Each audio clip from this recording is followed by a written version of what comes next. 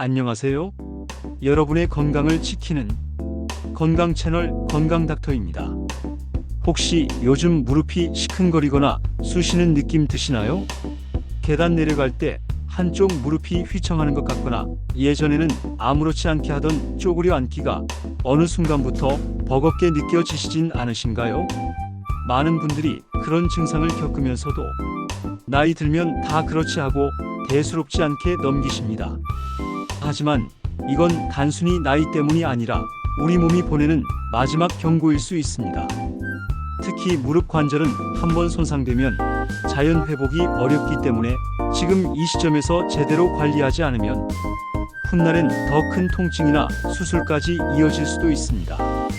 그래서 오늘 이 시간엔 무릎 관절염의 초기 증상부터 시니어분들이 일상에서 실천할 수 있는 안전한 운동법까지 하나하나 자세히 알려드리려고 해요. 자, 먼저 우리 무릎 관절염이 어떤 증상으로 시작되는지부터 이야기해 볼게요. 처음엔 무릎이 뻐근하거나 계단을 내려갈 때 통증이 살짝 느껴지는 정도예요. 어떤 날은 괜찮은 것 같다가도 날씨가 흐리거나 무릎을 많이 쓰면 다시 욱신거리죠. 쪼그려 앉거나 오래 서 있다 보면 무릎 안쪽이 찌릿하고 차에서 내린 직후에 바로 걷기 어려운 느낌도 생깁니다. 어떤 분은 무릎 주변이 붓기도 하고요. 무릎이 툭 빠질 것 같거나 휘청이는 불안한 느낌이 드는 경우도 있습니다. 이런 증상 한두 개 정도는 느껴보신 적 있으시죠? 이게 바로 무릎 퇴행성 관절염의 대표적인 초기 신호입니다. 그리고 여기서 중요한 건 이 시기를 그냥 넘기면 안 된다는 거예요. 왜냐하면 연골은 한번 닳으면 다시 자라지 않기 때문에 지금이라도 늦지 않게 관리를 시작하셔야 합니다. 여러분 주변에도 무릎 관절염을 극복하고 다시 건강하게 걷고 계신 분들이 많이 있을 겁니다. 그 중에 한 분, 이인철 씨 이야기를 해드릴게요. 이분은 젊었을 때부터 운동을 정말 좋아하셨어요. 핸드볼, 배구, 등산, 못하는 운동이 없을 정도였죠. 그러다 40대 중반에 계단을 오르내릴 때 무릎이 너무 아파서 병원에 갔더니 무려 퇴행성 관절염 4단계 진단을 받으셨답니다. 4단계면 거의 연골이 다 닳아 없어진 상태인데요. 그때부터는 그냥 걷는 것조차 고통이었다고 해요. 계단을 오르는 건 물론이고 일상생활조차 불편해질 정도였죠. 하지만 이인철 씨는 포기하지 않았습니다. 어떻게든 수술 없이 나아질 수 없을까? 라는 마음으로 운동을 시작하셨고 무려 2년 넘게 꾸준히 근육 강화 운동을 하셨어요. 그 결과 지금은 통증이 거의 사라졌고 등산도 가고 친구들과 여행도 다니며 예전처럼 활기찬 삶을 되찾으셨습니다. 그의 비결은 바로 무릎에 무리를 주지 않으면서 허벅지 근육을 집중적으로 단련하는 운동이었습니다. 의사 선생님들도 말씀하시길 근육이 연골의 부담을 덜어주기 때문에 관절염이 심해도 근육만 잘 키우면 일상생활이 가능하다고 하시더라고요. 반면 잘못된 운동 습관 때문에 오히려 무릎을 더 상하게 만든 사례도 있습니다. 용인에 사시는 56세 김미숙 씨는 다이어트를 위해 매일 10,000보 이상 걷기를 하셨다고 해요. 처음엔 살도 빠지고 기분도 좋았지만 며칠 지나자 무릎이 너무 아프기 시작했습니다.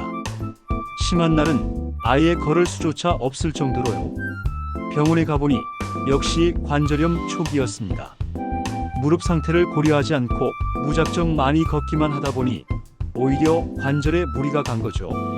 지금은 김미숙 씨도 운동 방식을 바꿔서 전문가의 지도 아래 무릎에 부담을 주지 않는 근육 운동을 하며 많이 회복하셨다고 합니다. 이 두 분의 이야기를 통해 알 수 있는 건 무릎 관절염은 어떤 운동을 어떻게 하느냐가 가장 중요하다는 거예요. 걷기만 많이 한다고 무조건 좋은 게 아닙니다.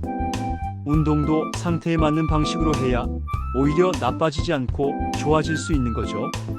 자, 그래서 지금부터는 무릎에 통증이 있는 분들이 집에서 편하게 따라 하실 수 있는 관절 부담은 적고 효과는 높은 운동 3가지를 알려드릴게요. 매일 5분만 하셔도 무릎이 훨씬 편안해지실 거예요. 첫 번째는 골반 정렬 운동입니다. 바닥에 누운 상태에서 무릎을 세우고 발바닥은 바닥에 댑니다. 그 상태에서 배꼽을 살짝 등 쪽으로 당기듯 허리를 바닥에 붙였다가 다시 원래대로 돌아오세요. 이걸 천천히 10번 반복합니다. 이 운동은 골반의 균형을 잡아주면서 무릎에 전달되는 충격을 분산시켜주는 효과가 있어요.